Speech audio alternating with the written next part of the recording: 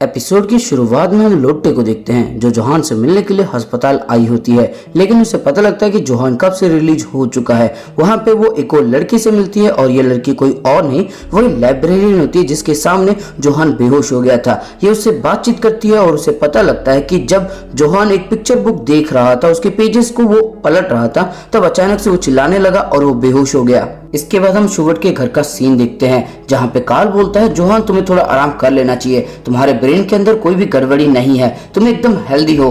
Doctor ने कहा है कि शायद ये किसी शॉक की वजह से या फिर स्ट्रेस की वजह से हो गया होगा, तुम्हें थोड़ा आराम करना चाहिए। और मुझे पता लगा कि तुम्हारे सर के ऊपर एक सर्जिकल स्कार भी है, चाहे कुछ भी क्यों ना हो जाए तुम्हें काम और पढ़ाई से थोड़ा आराम करना चाहिए। और जब तुम अस्पताल में थे तब तुम्हारे लिए एक लेटर आया था, इसके ऊपर कोई एड्रेस लिखा नहीं है, लेकिन मुझे लगा नहीं कि इसके अंदर कोई बम हो सकता है, इसलिए मैंने रख लिया, ये लो। इसके बाद जोहान इस लेटर को फाड़ता है और पढ़ने लगता है। इसके बाद जोहान हंसने लगता है और तब कार्ल बोलता है कि क्या बात है, तुम क्यों हंस रहे हो, इसमें कौन सा जोक लिखा है। और इसके बाद जोहान बोलता है कि ये लेटर रेड हिंडनबर्ग ने लिखा है। इसके बाद जोहान रेड लाइट एरिया में जाता है, वहां पे उसे एक लड़की मिलती है और बोलती है, ए शाहरुख खान किधर घूम रहा है रे तू, आ मेरे साथ आ, मैं तेरी रात रंगीन बनाती हूँ। इसके बाद जोहान बोलता है क्या तुम जानती हो रेड हिंडनबर्ग कहाँ पे है, उसने लिखा था कि वो यहीं कहीं पे है। इसके बाद ये लड़की बोलती है सारे लड़कों को क्या हो गया है, तू इस उम्र में उस बुढ़िया के साथ रासलीला करेगा, वो उधर है, जा उधर जा।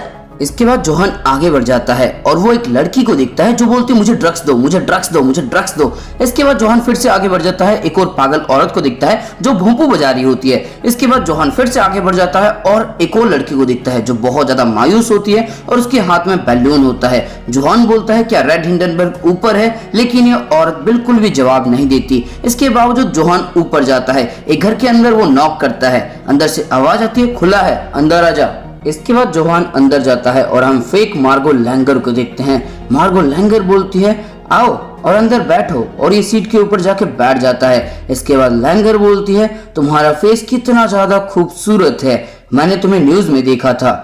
इसके बाद जोहान बोलता है अच्छा तो तुमने मार्गो लैंगर का नाम इस्तेमाल किया और अब तुम रेड हिंडनबर्ग का नाम इस्तेमाल कर रही हो।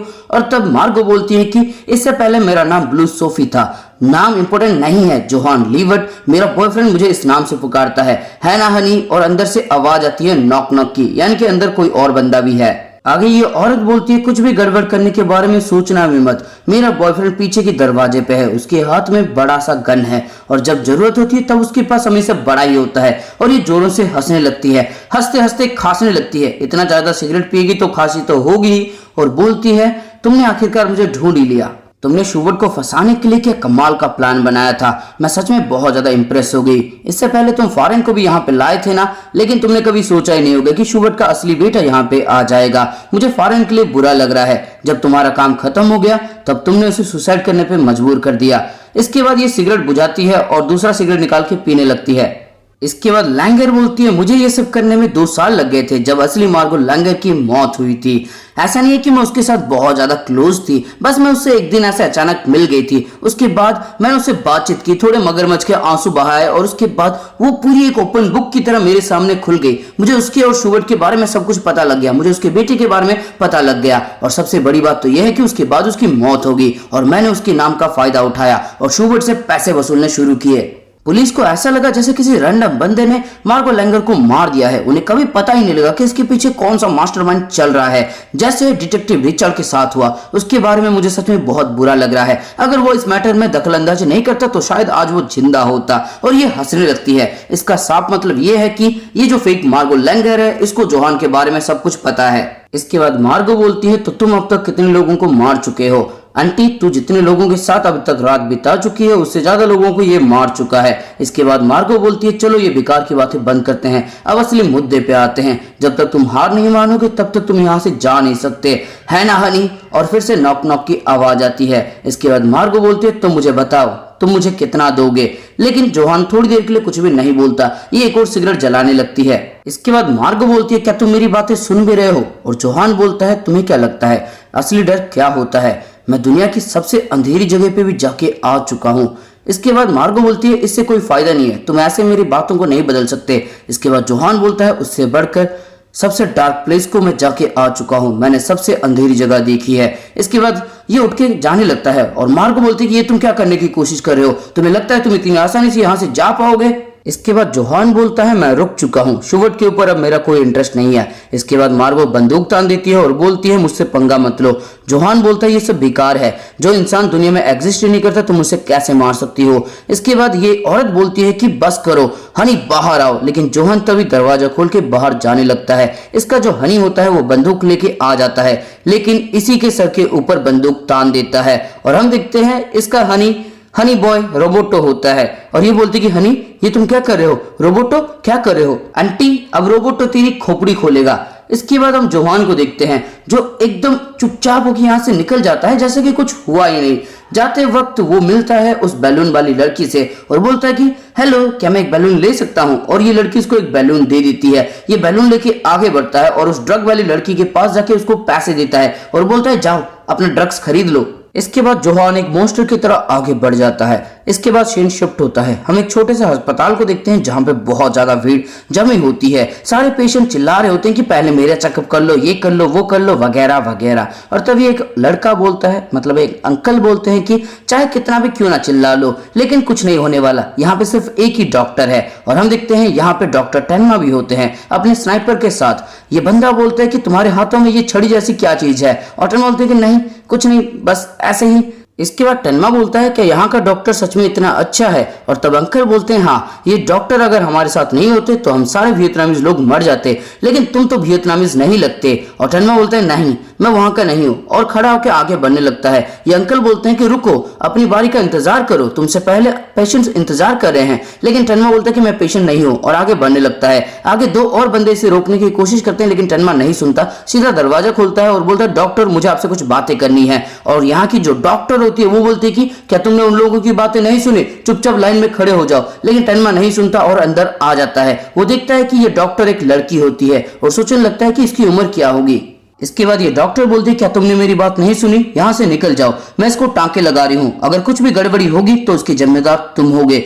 इसके बाद टेनमा देखता है कि उसके जांघ के ऊपर किसी ने चाकू मार दिया होता है और वो देखता है कि यहाँ पे जो टांके लगाए होते हैं वो एकदम परफेक्टली लगाए गए होते हैं। और टेनमा कुछ सोचने लगता है और बोलता है कि तुम्हें एक ड्रेनेज ट्यूब ढालनी चाहिए। इसके बाद डॉक्टर बोलते हैं कि कंप्लेन करना बंद करो और यहाँ से निकल जाओ। इसके बाद टेनमा बोलता है अगर तुम ये नहीं कर सकती तो तुम्हें एक अस्पताल में इसको भेजना चाहिए। इसके बाद ये लड़की बोलती है कि मैं ठीक से कर रही हूँ, और टेनमा बोलते हैं कि ये कोई अस्पताल नहीं है, ना ही तुम कोई असली डॉक्टर हो। इसके बाद ये लड़की बोलती है अगर मैं इनको एक असली अस्पताल ले जा सकती तो मैं कब का ले जा चुकी होती। ये सब इलीगल इमिग्रेंट्स हैं, अगर मैं इनको अस्पताल लेके जाऊंगी तो पुलिस इन्हें पकड़ लेगी, उन्हें अरेस्ट कर लेगी और उनको अपने देश भेज देगी। जब तुम्हें सिचुएशन के बारे में कुछ ना पता हो तब तुम्हें चुप रहना चाहिए। इसके बाद टेनमा बोलता है एक ड्रेनेज ट्यूब ढालो, हो सकता है जिस चाकू से इसके ऊपर अटैक किया गया हो वो साफ ना हो, इस तरह से इसको इन्फेक्शन हो सकता है। 2 स्टिच बाहर निकालो और 5 सेंटीमीटर डीप तक एक ड्रेनेज ट्यूब अंदर डालो। ये औरत इसकी बातें मान लेती है और बिल्कुल वैसा ही करती है। इसके बाद ये लड़की इसकी अच्छी खासी मरहम पट्टी कर देती है और टेनमा बोलते हैं तुमने बहुत बढ़िया काम किया। ये लड़की बोलती है नेक्स्ट पेशेंट कौन है, लेकिन तभी अचानक से ये गिर जाती है, बेहोश हो जाती है। टेनमा इसे पकड़ लेते हैं। इसके बाद हम देखते हैं ये जो लड़की होती है ये सच में बहुत ज्यादा खूबसूरत होती है और इसकी आंखें खुल जाती है। इसके बाद टेनमा बोलते हैं अच्छा तो तुम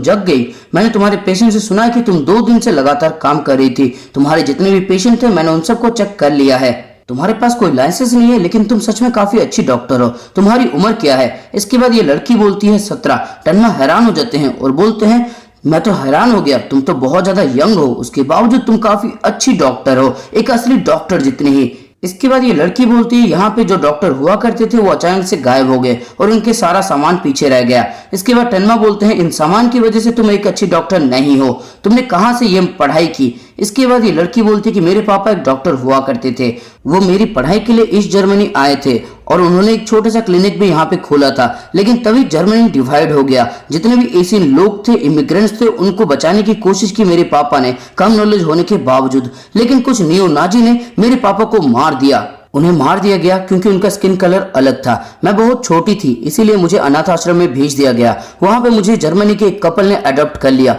लेकिन वो मुझसे प्यार नहीं करते थे मेरी स्किन टोन की वजह से, इसीलिए मैं वहां से भाग गई। जब मैं छोटी थी तब मैं अपनी डैड की मदद किया करती थी और उन्होंने जो बुक छोड़ी थी मैंने उन्हें पढ़ा और मैंने डिसाइड किया कि मेरे डैड जो करते थे मैं भी वही करूंगी।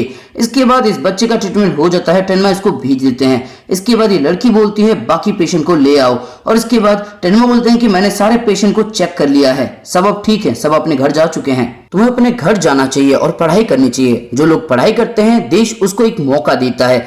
इसके बाद ये लड़की बोलती है लगता है तुम एक असली डॉक्टर हो, तुम मुझे नौसिखिया कह रहे हो और यहाँ से जाने के लिए बोल रहे हो। और टेनमा बोलते हैं कि नहीं, मेरा वो मतलब नहीं था। ये लड़की बोलती है अगर मैं यहाँ से चली जाऊंगी तो इन लोगों का ध्यान कौन रखेगा, कौन इनका इलाज करेगा। और टेनमा बोलते हैं कि नहीं, मेरा वो मतलब नहीं था। लेकिन तभी एक लड़की दरवाजा खोल के आ जाती है, उसके पेट में किसी ने गोली मार दी होती है। ये लड़की बोलती है मेरे कस्टमर ने मुझे गोली मार दी, प्लीज मुझे बचा लो। उसका बच्चा रो रहा होता है और बोलता है कि मेरी मम्मी को बचा लो। इसके बाद ये लड़की बोलती है कि तुम्हारी मम्मी को गोली लगने के बाद भी वो यहाँ तक आ गई। और ये बच्चा बोलता है कि हाँ, उन्होंने कहा था कि सिर्फ तुम ही उनकी मदद कर सकती हो। इसके बाद ये लड़की उस बच्चे को संभालती है और उसे बाहर भेज देती है। इसके बाद ये लड़की दरवाजा बंद कर देती है और बोलती है इस तरह के लोग हमेशा परेशानी में पड़ जाते हैं, मैं इनकी मदद करना चाहती हूँ लेकिन मैं कुछ नहीं कर सकती। इसके बाद टेनमा बोलते हैं इसका पैर पकड़ो, हमें इसको टेबल के ऊपर ले जाना होगा। और ये लड़की बोलती है कि नहीं, हमें इसको एक असली अस्पताल ले जाना होगा। टेनमा बोलते हैं कि अगर हम इतना इंतजार करेंगे तब तक इसकी मौत हो जाएगी, हमें यहीं पे कुछ ना कुछ करना होगा। इसके बाद ये लड़की बोलती है कि नहीं, मुझे मेरे लिमिट के बारे में पता है, मैं ये नहीं कर पाऊंगी। और तब टेनमा बोलते हैं कि एक डॉक्टर कभी हार नहीं मानता, जब तक उसकी पेशेंट की सांसें चल रही है तब तक वो उसे बचा सकता है। इसके बाद ये दोनों इसका ऑपरेशन शुरू कर देते हैं। मेडिकल टर्म में कुछ बातें करते हैं एक दूसरे से और उसके बाद हम देखते हैं इसका जो बच्चा होता है वो सो रहा होता है। इसके बाद ये लड़की बोलती है देखो जरा ये कितने आराम से सो रहा है। इसके बाद टेनमा बोलते हैं कि हमारी किस्मत अच्छी है, उसको हड्डियों में, डाइजेस्टिव सिस्टम में कहीं पे भी ज्यादा चोट नहीं लगी थी, बस थोड़ा सा स्प्लिन काट के निकालना था। हमारी किस्मत सच में अच्छी थी, तुमने बहुत बढ़िया ऑपरेशन किया। इसके बाद ये लड़की बोलती है हाँ, तुम्हारी वजह से, तुम मेरे साथ थे इसीलिए। डॉक्टर टेनमा यहीं पे रह जाओ। इसके बाद टेनमा बोलते हैं मैं तुमसे कुछ पूछना चाहता हूँ और एक न्यूज़पेपर कटिंग दिखाते हैं जिसके ऊपर blue Sophie AKA red Hindenburg के बारे में लिखा होता है। ये बोलते हैं इसका जब मर्डर हुआ तब मैंने सुना कि सबसे पहले तुम ही वहां पे पहुंची थी, वहां का सीन कैसा था। इसके बाद ये लड़की बोलती है रात को किसी ने मुझे कॉल किया और बताया कि इसके सर में गोली लग चुकी है, वो तुरंत मर गई थी। मैंने बहुत सारे क्राइम सीन को देखा है लेकिन पहली बार के लिए मैंने ऐसा कुछ देखा था। ये कोई चोरी नहीं थी, ना ही किसी ने अपना बदला लिया था, ये सिर्फ एक नॉर्मल मर्डर था। इतना सुनने के बाद टेनमा समझ जाता है कि ये काम जोहान का है। वो अपना स्नाइपर लेके खड़ा हो जाता है और बोलता है अगर तुम अंधेरे के बीच में रहोगे तो अंधेरा तुम्हें घेर लेगा, शाइन करो, चमक उठो और इस अंधेरे को दूर भगाओ, तुम ये कर सकती हो, बहुत ज्यादा पढ़ाई करो और तुम एक अच्छी डॉक्टर बन सकती हो। इसके बाद टेनमा यहाँ से जाने लगता है और ये भी उसका पीछा करती है और बोलती है टेनमा तुम कहाँ पे जा रहे हो, मुझे तो लगता है कि तुम्हें अंधेरे ने घेर रखा है, बताओ तुम वापस आओगे ना। इसके बाद टेनमा एक बार पीछे मुड़ के देखता है और आगे बढ़ जाता है। और दोस्तों इसी के साथ ये एपिसोड हो जाता है खत्म। तो दोस्तों इस एपिसोड के अंदर आपको कुछ भी अच्छा लगा, फिर मजा आता है, इस वीडियो को लाइक कर दो।